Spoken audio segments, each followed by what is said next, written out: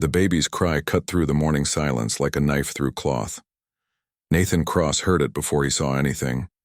A thin, desperate wail that didn't belong to the wind or the coyotes or anything else that lived on his land. He was mending the fence near the gate when the sound reached him. His hands froze mid-twist on the wire. For a moment he thought he'd imagined it. Grief does that to a man, makes him hear things that aren't there. Voices of children who never came. Laughter from a wife who's been silent in the ground for 3 years. But the cry came again. Sharper now, more insistent. Nathan dropped his tools and walked toward the gate, boots crunching over the frost-hardened ground. The sun was barely up, painting the Texas sky in shades of copper and ash, and there, at the wooden gate that marked the edge of his property, sat a bundle wrapped in a faded quilt. The bundle moved. Nathan's heart stopped, then kicked hard against his ribs. He broke into a run. By the time he reached the gate, his breath came in ragged pulls. He dropped to his knees beside the bundle and pulled back the corner of the quilt. A baby, maybe 6 months old, maybe less. Dark hair plastered to a tiny forehead, cheeks flushed red from crying, fists clenched tight like someone preparing for a fight they were too small to win. Nathan looked around. The road stretched empty in both directions. No wagon, no horse, no person, just the baby, and pinned to the quilt a note. His hands shook as he unpinned it. The handwriting was a woman's, careful, deliberate, like each letter cost something. His name is Samuel. I can't feed him. I can't keep him safe. If you are the kind of man who stops to listen when a baby cries, then you are the kind of man who can save him. I have nothing left to give but this choice, please. No signature. No explanation beyond desperation. Nathan read it twice. 3 times. Then he looked down at the baby, at Samuel, who had stopped crying and was now staring up at him with wide, unblinking eyes. Eyes that seemed far too old for such a small face. Nathan Cross had buried his wife in the spring of 1881. She died giving birth to a son who never took a breath. He'd buried them together under the cottonwood tree behind the house, and he'd sworn he would never let himself hope for a family again. Hope was a cruelty out here, a lie the frontier told to break you twice. But now, kneeling in the dust with a stranger's child in his arms, Nathan felt something crack open inside his chest. Not hope, not yet. Just a question. What kind of man are you? He stood slowly, cradling Samuel against his chest. The baby made a small sound, not quite a cry. More like a sigh. Like relief. Nathan looked back at the empty road one more time. Then he turned toward his house and walked through the gate, leaving it open behind him. Because somewhere out there, a woman was watching. Waiting to see if the man she'd chosen would choose her son in return. And Nathan Cross, lonely, broken, haunted by ghosts, had just made the choice that would change everything. Inside the house, Nathan laid Samuel on the table and stepped back, staring at the baby like he'd brought home a wildcat instead of a child. "What the hell am I supposed to do with you?" he muttered. Samuel blinked up at him. Didn't cry. Didn't smile. Just watched. Nathan ran a hand through his hair. He was a rancher. A man who understood cattle, drought, and how to survive alone. He didn't know the first damn thing about babies, but the baby was here, and he was hungry. Nathan searched the cupboards. Flour, beans, coffee. Nothing soft. Nothing a baby could eat. He had no milk. His cow had dried up last month and he hadn't bothered replacing her. Why would he? He lived alone. "All right," Nathan said, more to himself than to Samuel. "We'll figure this out." He boiled water, mashed beans into a thin paste, and tried to spoon it into Samuel's mouth. The baby turned his head away, whimpering. "Come on, kid. Work with me here." Samuel's whimper turned into a wail. Nathan set the spoon down and pressed his palms against the table, breathing hard. His mind spun. The nearest town was 12 miles. The nearest neighbor, old Marisol Vega, was 5 miles south. She had goats. Goats meant milk.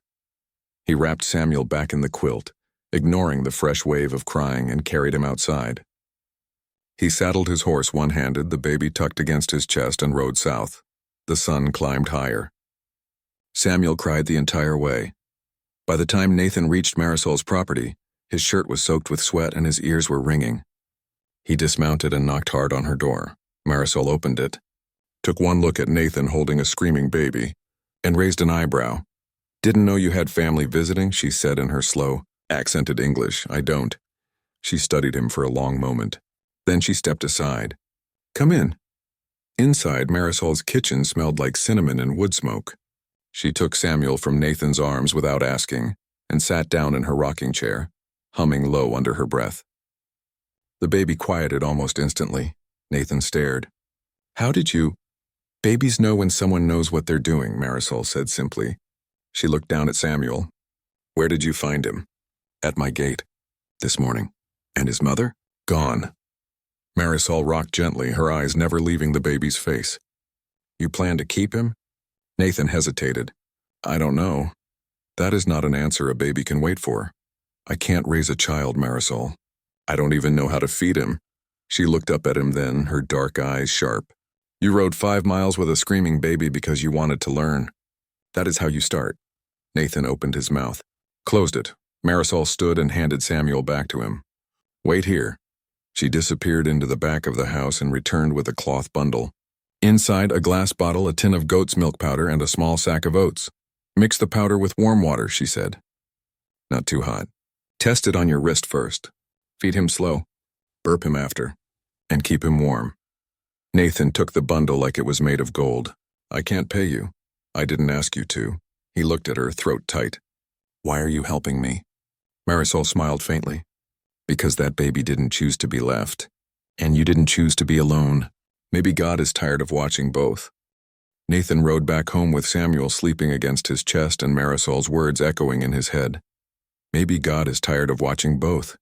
He didn't believe in God. Not anymore. Not since the cottonwood tree. But he believed in this. A baby left at his gate. A woman's note. A choice. That night, Nathan fed Samuel by lamplight. The baby drank slow, his tiny hands curling around Nathan's thumb. When he was done, Nathan held him upright and patted his back the way Marisol had shown him. Samuel burped. A small wet sound. Nathan laughed. He couldn't help it. It was absurd. All of it, and yet. He looked down at the baby in his arms and this stranger's child. This impossible gift. And felt the first crack of something he hadn't felt in years. Not hope. Not yet. But close. If you were Nathan, what would you do? Keep a child that wasn't yours? Risk your heart again after it's already been shattered? Tell me in the comments, because what Nathan decides next will determine whether this story ends in salvation or ruin. The first week was hell. Samuel cried at night, long, rattling wails that tore through the darkness and left Nathan hollow-eyed by dawn. He cried when he was hungry. He cried when he was wet. He cried, it seemed, just because the world was too big and he was too small. Nathan learned to mix the goat's milk in the dark. Learned to change cloth diapers without gagging.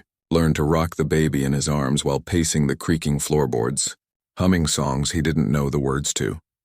He also learned that silence, when it finally came, was the sweetest sound on earth. One morning, Samuel woke without crying. He just blinked up at Nathan, calm and curious, as if he'd finally decided this strange, rough-handed man was safe. Nathan stared back, caught off guard by the weight of that trust. "All right, kid," he said quietly. "We'll figure this out." But the frontier doesn't let a man figure things out in peace. On the 8th day, a rider appeared on the road.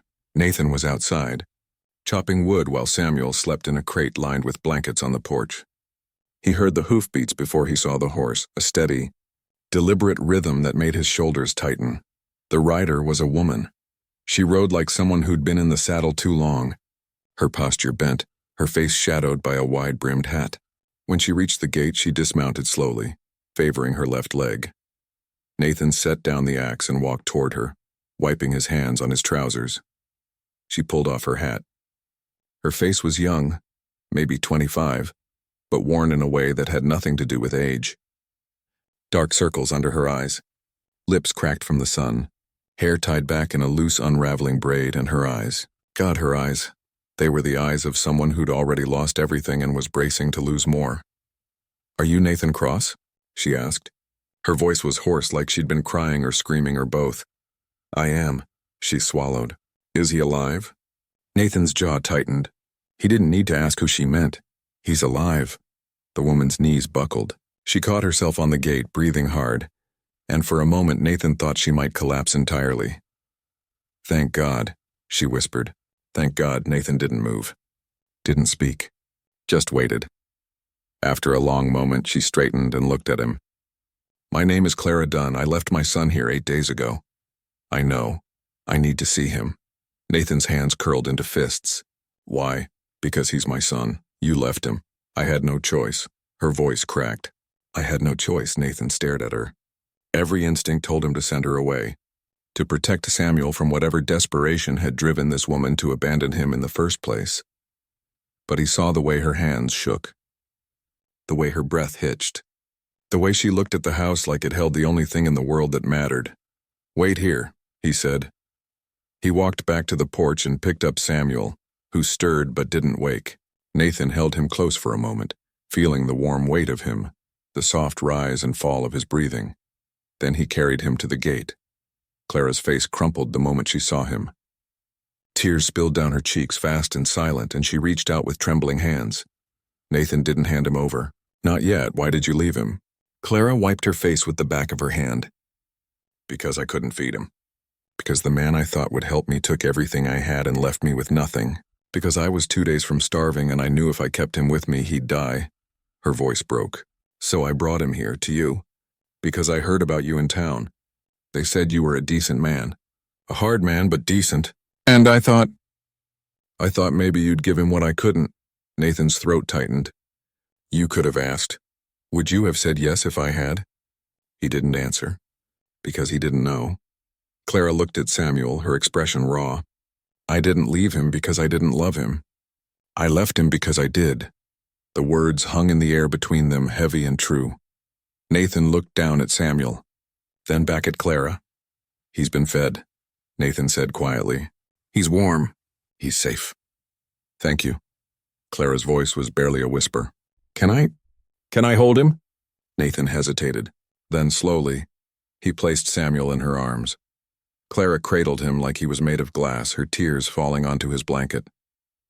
Samuel stirred, blinked up at her, and made a small cooing sound. She smiled through her tears. "Hi, baby." "Hi, my sweet boy." Nathan stepped back, giving them space. He watched as Clara whispered to Samuel, her voice too low to hear. Watched as she pressed her lips to his forehead. Watched as she held him like she was memorizing the weight of him.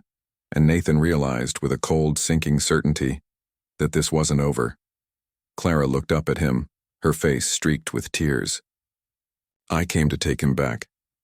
Nathan's blood turned to ice. "I found work," Clara continued quickly. "A ranch 30 miles north. They need a cook. It's not much, but it's steady. I can take care of him now." Nathan said nothing. His mind raced. "I know what I did was wrong," Clara said. "I know I don't deserve him. But he's my son, and I'm not leaving without him." Nathan's hands clenched.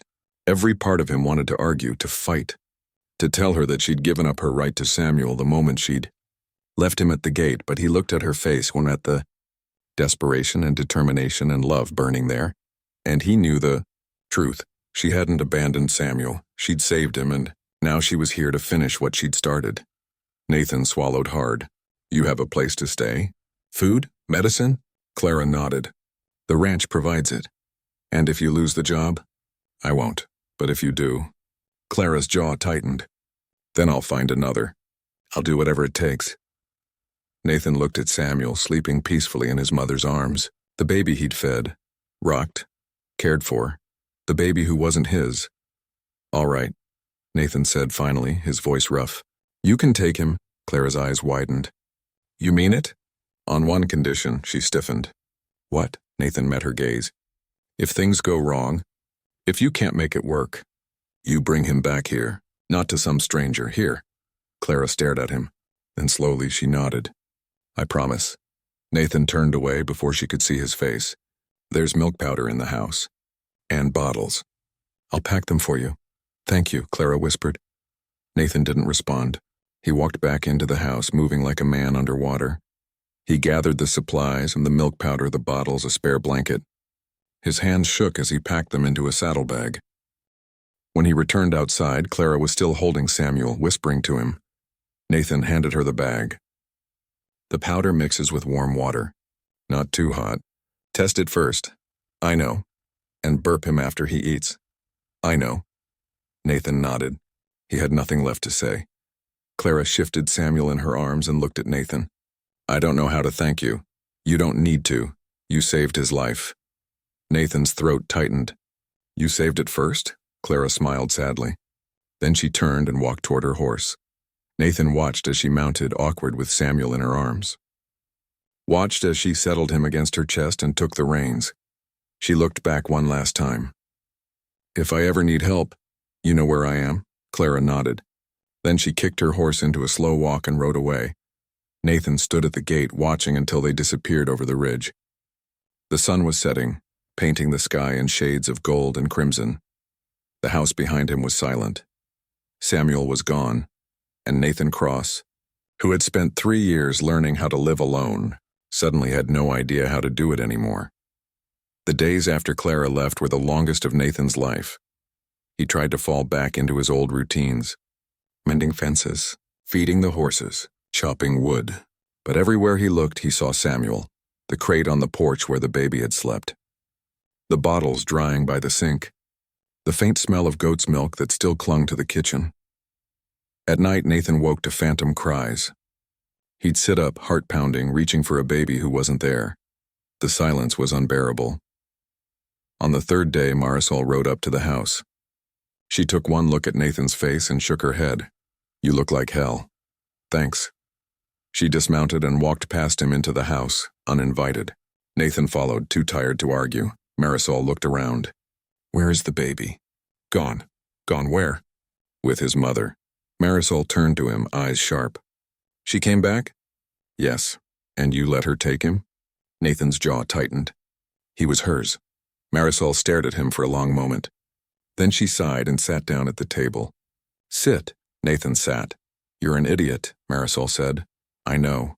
You fell in love with that baby. Nathan didn't answer. He didn't need to. Marisol leaned forward. So what are you going to do about it? Nothing. It's done. It is not done. Not until you decide it is. Nathan looked at her. What are you saying? I am saying that baby was left at your gate for a reason. And maybe that reason is not finished yet. Nathan shook his head. She's his mother, Marisol. She has a job, a plan. She's going to be fine, and what if she is not? Nathan didn't answer. Marisol stood. You are allowed to care, Nathan. You are allowed to hope. Your wife would have wanted that. She left without another word. Nathan sat alone in the kitchen staring at the empty crate on the floor. Your wife would have wanted that. He thought about the cottonwood tree, about the graves beneath it, about the future he'd buried there. And then he thought about Samuel, about Clara, about the promise he'd made. If things go wrong, you bring him back here. Nathan stood. He didn't know if Clara needed help, didn't know if she'd accept it if she did, but he knew one thing. He wasn't going to sit here and wait to find out. Nathan saddled his horse the next morning and rode north. The ranch Clara had mentioned was 30 miles away, a full day's ride. He didn't have a plan, didn't know what he'd say when he got there. He just knew he had to see for himself that Samuel was safe, that Clara was safe. The road stretched long and dusty under the midday sun. Nathan's mind churned with doubts. What if she didn't want to see him? What if she thought he was trying to take Samuel back? What if everything was fine and he was just a lonely fool chasing ghosts? But he kept riding. By late afternoon, he crested a hill and saw the ranch below. It was bigger than he'd expected, a sprawling collection of buildings surrounded by corrals and fields. Smoke rose from the main house and he could hear the distant sound of cattle lowing. Nathan rode down slowly, his heart pounding. A man stepped out of the barn as Nathan approached. He was tall, broad-shouldered, with a face like weathered leather. Help you, the man called. Nathan dismounted. I'm looking for Clara Dunn. The man's expression shifted. You family? No, a friend. The man studied him for a long moment. Then he jerked his head toward the main house. She's inside, but she's been having a rough time of it. Nathan's stomach dropped. What do you mean? The baby's been sick, fever, won't eat. Doc came by yesterday but said there wasn't much he could do except wait. Nathan didn't wait for more. He strode toward the house, his pulse roaring in his ears. Inside, the house was dim and smelled like wood smoke and something sour, the smell of sickness. A woman directed him to a small room at the back. Nathan pushed open the door. Clara was sitting in a chair beside a narrow bed, Samuel cradled in her arms. She was rocking him slowly, her face pale and drawn. The baby was quiet, but it was the wrong kind of quiet. The kind that came from exhaustion, not peace. Clara looked up. Her eyes widened when she saw Nathan. "What are you—" "I heard he was sick," Nathan said. Clara's face crumpled. "He won't eat. He just keeps crying, and then he's too tired to cry, and I don't know what to do." Nathan crossed the room and knelt beside her. "Let me see him." Clara hesitated. Then she placed Samuel in Nathan's arms. The baby was burning up. His skin was flushed, his breathing shallow. Nathan's chest tightened. "How long has he been like this?" 3 days. Did the doctor say what it was? He didn't know. Just said to keep him cool and try to get him to drink. Nathan looked at Samuel's tiny, flushed face. Then he looked at Clara. "Pack your things." Clara blinked. "What? Pack your things? You're coming with me." "Nathan, I can't just leave." "Yes, you can." His voice was firm. "You're coming back to my ranch. Marisol knows more about babies than any doctor in this territory. If anyone can help him, she can." Clara stared at him, tears welling in her eyes. "Why would you do this?" Nathan met her gaze. "Because I made a promise, and because that baby deserves every chance." Clara's breath hitched. Then she nodded. "Okay." They left within the hour. The ride back was agony. Samuel barely moved in Clara's arms, and every time Nathan looked back, he saw the fear in her eyes. They reached Marisol's house as the sun was setting. Marisol took one look at Samuel and ushered them inside without a word. She laid the baby on her table and examined him with quick, practiced hands. Fever. Dehydration. Probably an infection. She looked at Clara. "When did he last eat?" "This morning." "A little," Marisol nodded. "We need to get fluids into him. And bring the fever down." She worked through the night. Nathan and Clara watched helpless as Marisol mixed herbs and goat's milk, coaxing Samuel to drink drop by drop. She bathed him in cool water, wrapped him in thin cloths, whispered prayers in Spanish. By dawn, Samuel's fever had broken. He opened his eyes, blinked up at Clara, and made a small, weak sound. Clara sobbed. Thank God," Marisol smiled. "He is strong. Like his mother." Clara looked at Marisol, then at Nathan. "Thank you, both of you. I don't know how to repay." "You do not repay family," Marisol said simply. Clara blinked. "Family?" Marisol glanced at Nathan. "That is what you are now, yes?" Nathan looked at Clara, at Samuel, at the life he'd thought he'd lost forever. "Yes," he said quietly. "That's what we are." 3 months later, the house was different now. Samuel's crib sat in the corner of the main room, handmade by Nathan from cottonwood. Clara's dresses hung beside Nathan's coats. The kitchen smelled like bread and coffee and something sweet Clara was always baking. It wasn't perfect. They argued sometimes, about how to raise Samuel, about money, about whether Nathan was too protective. But they also laughed. And at night, after Samuel was asleep, they sat on the porch and talked until the stars came out. One evening, Clara turned to Nathan. "I need to ask you something." "All right. Why did you come after us?" Nathan was quiet for a long time. "Because I couldn't let you go through it alone." "But why?" He looked at her. "Because when you left Samuel at my gate, you didn't just give me a baby. You gave me a reason to keep living." Clara's eyes filled with tears. "And when you came back," Nathan continued, "I realized something. Family isn't just blood. It's the people who show up, who stay, who fight." He reached for her hand. "So if you'll have me, Clara Dunn, I'd like to keep fighting. For you, for Samuel, for us." Clara squeezed his hand. "Yes," Nathan smiled. "Yes?" "Yes." They married in the spring, beneath the cottonwood tree where Nathan had once buried his grief. Marisol was there, a few neighbors, and Samuel, of course, in Clara's arms. The preacher asked Nathan if he took Clara to be his wife. Nathan looked at her, at this woman who'd been brave enough to leave her son with a stranger, and brave enough to come back. "I do." And when he kissed her, Samuel laughed. It was a small sound, barely more than a gurgle, but to Nathan it sounded like the future.